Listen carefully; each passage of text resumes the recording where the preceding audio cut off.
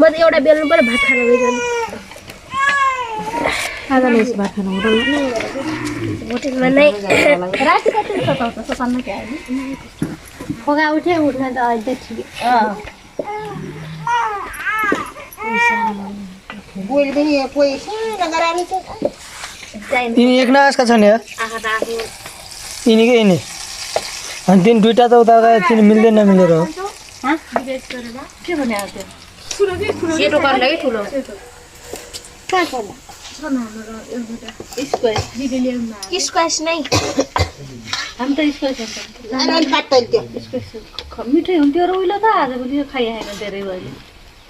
त्यतिकै त राम्रो नि आलु नमिसाउने अस्ति केटोरेला भेट नाट्यो तलेला भन्थ्यो म त त्यो असार गयो के फेरि म त यसलाई आउर बाबुले कहाँ देख्याउ भन्छु त्यसलाई म खटानै सकेन पछि दिदीले भने हो अनि यसलाई आफ्नो छोरालाई सिलाइ ल्याएको थियो दुईजना आएको थियो दुई पनि लाटी थिए तलेला के हो यो भने तलेला भने मिल्दै थियो त्यो जति हुँदै थियो हामी दिदीले चाहिन्छ तर राख्दै अहिले राङ्गा भाउ छैन छैन नि खान्छ अहिले राङ्गा भइसक्यो भाउ छैन आउँथ्यो अहिले हो नि